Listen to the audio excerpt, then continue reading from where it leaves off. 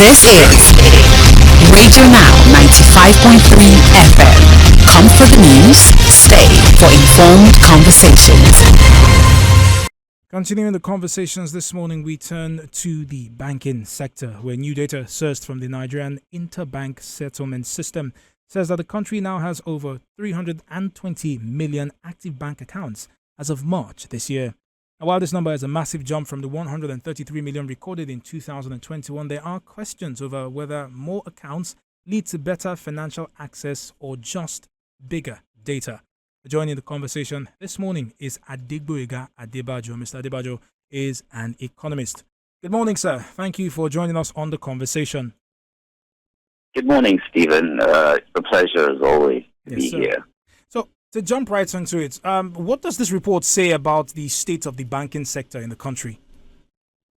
Okay, first, perhaps I should just answer the question you asked in your intro. It's starting to look like big data the more I analyze it. First of all, we have a situation where even though the number of active accounts has increased, you have a larger increase in the number of dormant accounts, which means that there are more people or more accounts going dormant and not being used than are being made active. Let's think about it. Quite a few Nigerians have left the country. But one thing is certain, they are in a position to maintain their accounts. However, one item we must not overlook is the fact that the number of BVNs currently registered stands at about 6 million, yet we have over 300 million active accounts. And that speaks to perhaps even if each person with a BVN registration has 2 accounts, we're not yet there, or even 3 accounts, when we're just over half the number of active accounts. So there's something that doesn't quite gel yet, and I think the data does require some further analysis. Would you say, let's talk about those multiple accounts, right? And I mean, even for those of us speaking here, I'm sure that we have at the very least 3 bank accounts with different institutions, right? What does that trend, that culture say about the consumer's taste for banking or how we engage with the sector? Is this a normal thing if we were to do a comparative analysis between Nigeria and, say, either other African countries or even countries where the finance institution is a lot more developed, such as the UK, for instance? Yeah, so I think you've actually hit the point without saying the words in particular. And it all comes to customer service and customer satisfaction. One reason why we tend to have, let's say, a conventional bank account and a fintech account is because more often than not, the fintech accounts tend to be reliable, where you need to access the internet or the network to do transfers or to do transactions. Whereas the conventional bank accounts, more often than not, may experience data paucities, and therefore you find yourself stuck if you're just with those accounts. So it comes down to customer satisfaction, and I think that's one thing the CBN needs to start getting the banks to look at. If someone's account goes dormant, or someone stops using an account extensively, the follow-up is actually necessary. And it's important to be able to find out why exactly is this account being closed. Because beyond dormant accounts, we actually also have a certain number of accounts being closed. And there are about 29.4 million accounts, closed accounts. So people are churning, going from one bank to another in search of better service.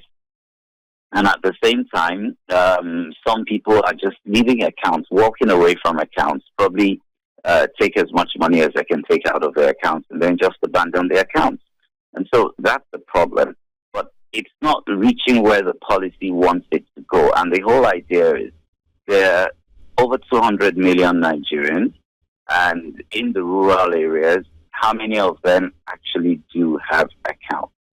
So that's the main issue.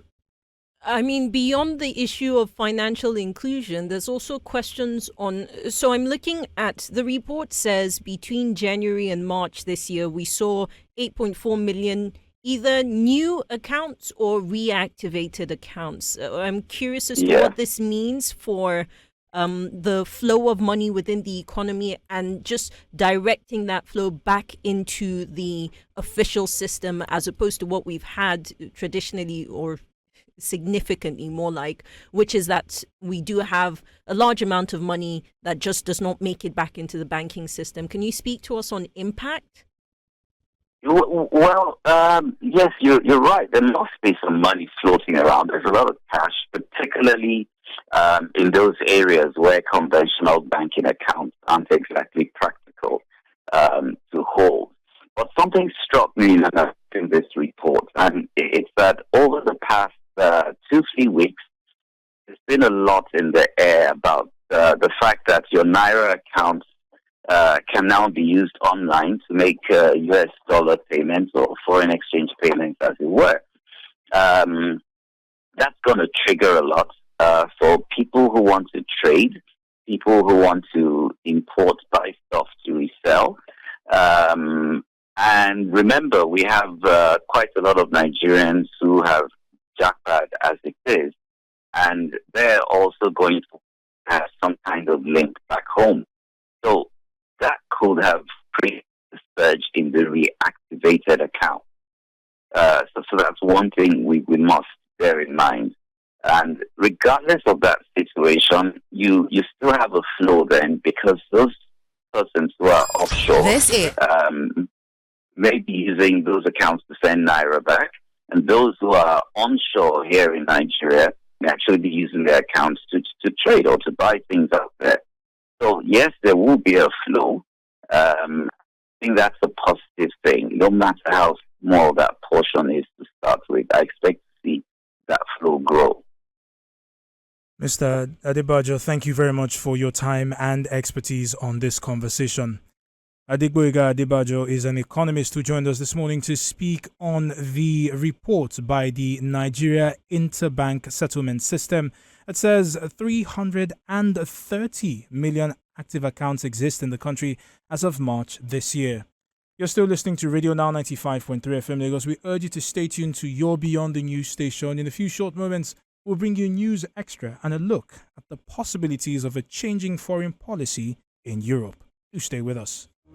We are intentional about the stories we tell and the language we use in telling them. Intentional about the people we speak to and why we speak to them. Because here at Radio Now 95.3 FM. This is Radio Now 95.3 FM. Come for the news, stay for informed conversations.